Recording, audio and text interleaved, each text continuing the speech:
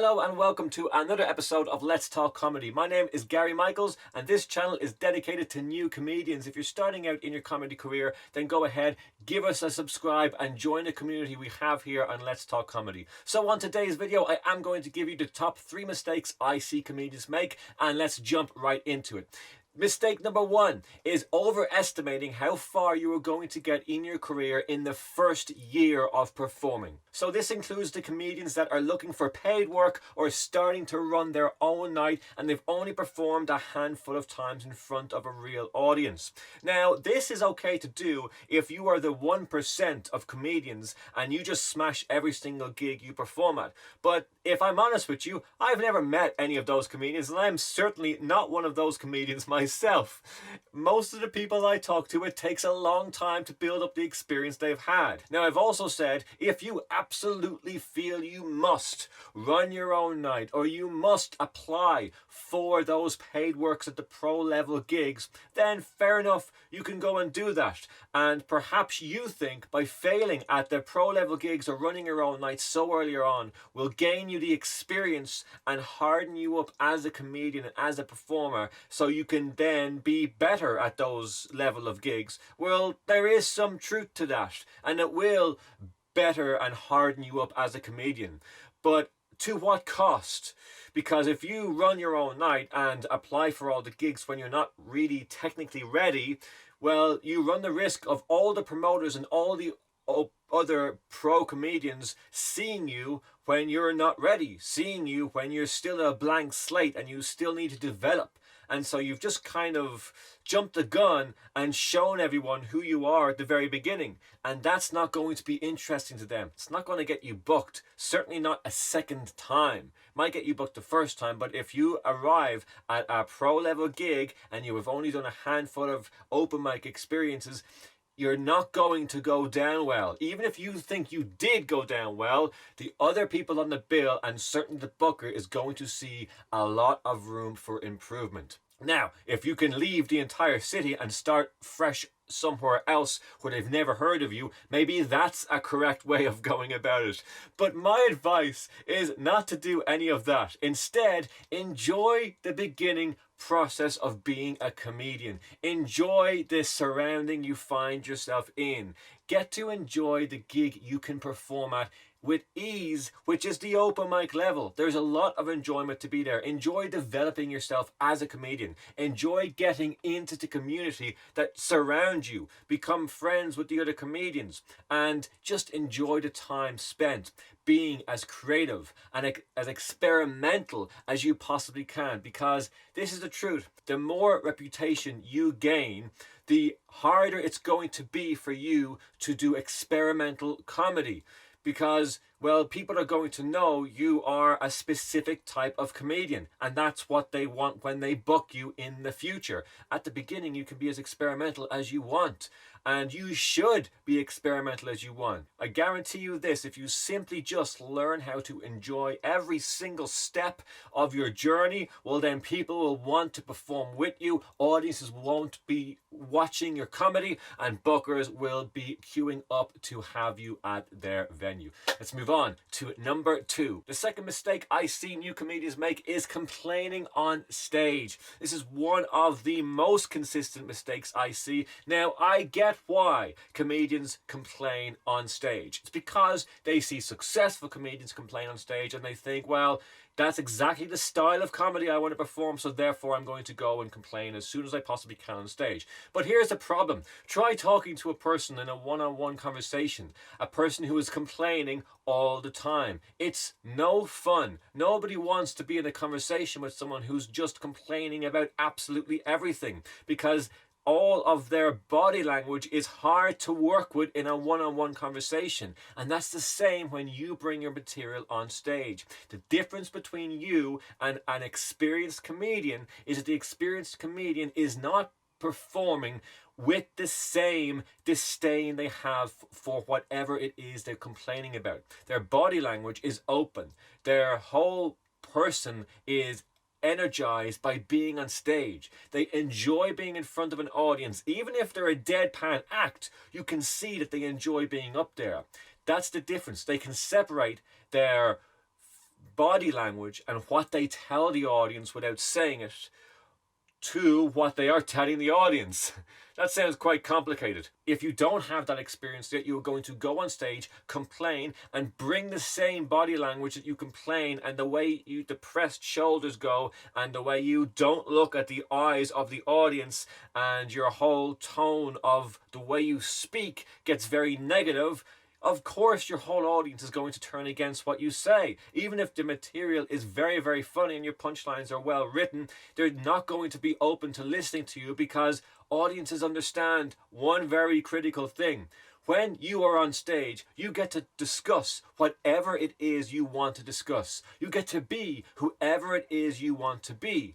And when you go up on stage and start complaining in a real depressed, I don't care how you feel, this is how angry I am way, your audience are like, well, you've got one chance to be who you want to be, and you be this really negative, nasty type of person. And that's not who you are anyway. So why are you showing them a fictitious, nasty side to you? Instead, stick to material that makes you feel great. If you perform that material about things that give you passion and things that really make you enjoy life, you're going to give off that same vibe to your audience. Now, I told you I'd give you a way to work around it at the beginning of this video, and I will. If you really must complain, here's a secret, and here's a little trick you can do, and you're going to enjoy it, and it's great, and I'm enjoying giving it to you. Yeah, we'll move on. If you must complain on stage, complain about things that you love. Lie to your audience. Pretend you hate the interests that you have and complain about them. So if you like going to the gym, complain about having the feeling to go to the gym that you hated. You will notice that the way you describe the material, the way you complain about it, you have that fun way of discussing it. The audience will open up to you a lot more, because you won't be just closing off your body language to the audience just while you get all your negative emotions out. They'll be coming from a place that's much fresher. Your punchlines will be delivered with more clarity. You'll put more weight behind your punchlines, and most importantly, your audience will respond to the material in the way you want them to respond. And after you've done this technique over and over again for a long period of time, then you can start actually talking about things that really bother you, and you will notice that you'll be able to take some of the funny, light-hearted body language positions and movements on stage and deliver it in the same way that you are describing the material you secretly kind of like. So that's a great tip. Bring it into your next stand-up comedy set as soon as you possibly can, if you are the kind of actor that complains on stage and absolutely must complain every single chance you get. Complain about material that you really enjoy and watch how your audience open up to you, because it's not just about the material. It's most likely, if it's not going down well, it's most likely the way you are saying it and the body language is just too negative for them to deal with. And my God, they want to have a good time. Just make them laugh, for bloody hell. Let's move on to number 3. The final mistake I see comedians make all the time is gigging with absolutely no direction of their progression. And this is so important. If you sat me down and said, what is the most important thing I can tell you to do as a new performer starting out, I would say this: get a journal and write about how far your on-stage character has progressed since the beginning of your performing career. Also, how far have you progressed in your ability to communicate with others since the beginning of your performing career? Because communicating with others is what this whole thing is all about. Even outside of performing, I don't care what profession you're in, if you can communicate well with others, you are going to rise up in any profession quicker than someone who is not able to communicate. And stand-up comedy is all about being able to communicate the message we have to different styles of audiences. And so the more different styles of audiences we put ourselves in front of, the better it's going to be for us. But if we continue to write our material, write your jokes, but a separate journal, and just as consistently write, update your journal, update your beliefs, update all your topics, understand all of the types of topics you're going to discuss. Why do you have those decisions? This is much deeper in this journal. And if you know how to get around situations, write it out. Write out the basics of stand-up comedy in your own opinion. Because this channel is all about my own opinion. And if you agree with it, that's fantastic. And you can use it to better your own understanding of comedy.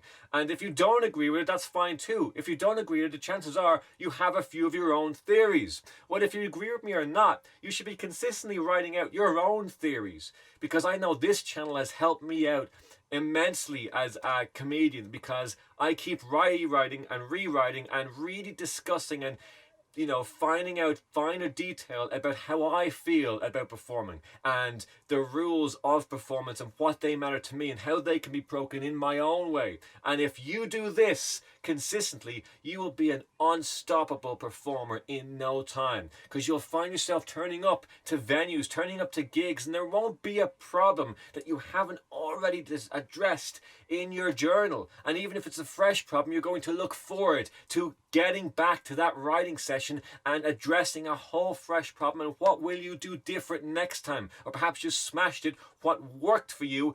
Why can you use it again and again and again in your set? And here's the biggest secret. If you understand the path you are going as a performer, then you can jump the gun and get there quicker. Understanding exactly who it is you are on stage and the path you are going down and how you are developing, the more you understand that, the more you will smash every single gig that you turn up. And I wish nothing else for you. So, as always, thanks for watching. Go bring as much of these into your set. Go back to your writing session right now. Write all these tips down. Have a great think about them and write out what they mean to you and how can you bring them into your set to better your own comedy career. And I will see you on the next episode.